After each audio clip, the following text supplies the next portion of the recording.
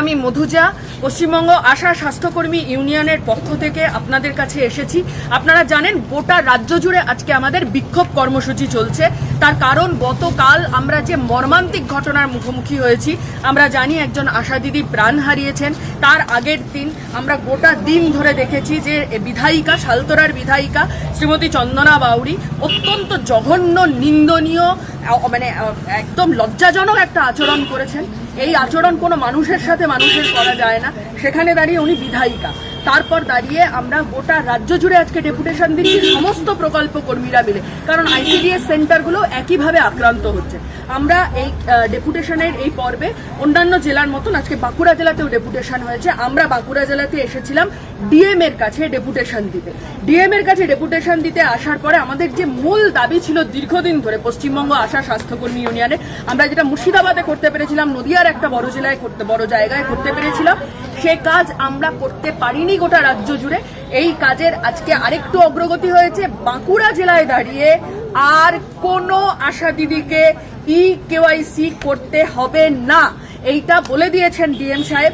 এবং শুধু সেটুকু নয়, তার সাথে আমরা একথাও হচ্ছে যে বলে এসছি যে আমাদের ওয়ার্ক প্লেস ডিগনিটি, আমাদের কাজের জায়গায় মর্যাদা আমাদের সুনিশ্চিত করতে হবে। তার জন্য বিধানসভায় প্রয়োজনে আইন আনতে হবে যে আমাদের কাজের জায়গার মর্যাদা সুনিশ্চিত করতে হবে, কাজের জায়গার নিরাপত্তা সুনিশ্চিত করতে হবে। আমরা ডিএম সাহেবকে বলেছি, আপনি সরকারি কাজে কর্মরত, ধরে নিন আমি একজন হচ্ছে যে শ্রমিক আন্দোলনের কর্মী, আমি এসে যদি আপনার সরকারি কাজে বাধা দিয়ে আপনি আমায় অ্যারেস্ট করবেন, তাহলে সেখানে দাঁড়িয়ে চন্দনা বাউরি বিধায়িকা, তার বিরুদ্ধে কেন কোনো আইনি ব্যবস্থা হবে না? এই প্রশ্নের উত্তর আপনাদের প্রশাসনকে আমাদের কাছে দিতে হবে। এবং তার সাথে উনি আমাদের বলেছেন যে এই বিষয়গুলো ওনারা খতিয়ে দেখছেন।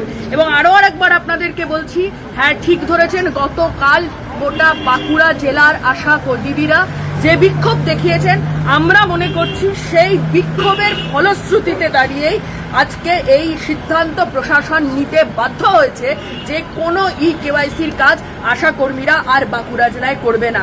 আমরা আশা রাখছি গোটা রাজ্য জুড়ে এই কেওয়াইসির কাজ করানো আশা দিদিদের দিয়ে, নির্ধারিত কাজের বাইরে অন্য কাজ করানো আশা দিদিদের দিয়ে এটা বন্ধ হবে, আমরা এই আশা রাখছি। এবং তার সাথে আমাদের অন্যান্য যে দাবি দেওয়া রয়েছে, সেই দাবি দেওয়াগুলোতেও আমরা একইভাবে সফল হতে পারবো। আমরা বলে এসছি পুজোর বোনাসের কথা 8.33% হারে, এবং সমস্ত প্রকল্প কর্মীরা যাতে পুজোর বোনাস পান, আমরা সেটা দেখার জন্যও আমরা বলে এসছি। এবং এই কথা আজকে আমাদের উনি বলেছেন যে কোনো সমস্যায় আমরা যেতে পারি, কথা বলতে পারি। আমি যে কথাটা বলে আজকে আমি আমার এই ভিডিওটা শেষ করতে চাইছি, তা হলো এই যে আমরা কেওয়াইসির কাজ বন্ধ করছি, এবং যে পরিবারের এই ক্ষতি হয়ে গেল সেই পরিবারের জন্য আমরা 1 কোটি টাকা দাবি করেছি, পরিবারের একজনের চাকরির দাবি করেছি, এবং মৃত্যুর যথাযথ তদন্ত আমরা দাবি করে এসেছি।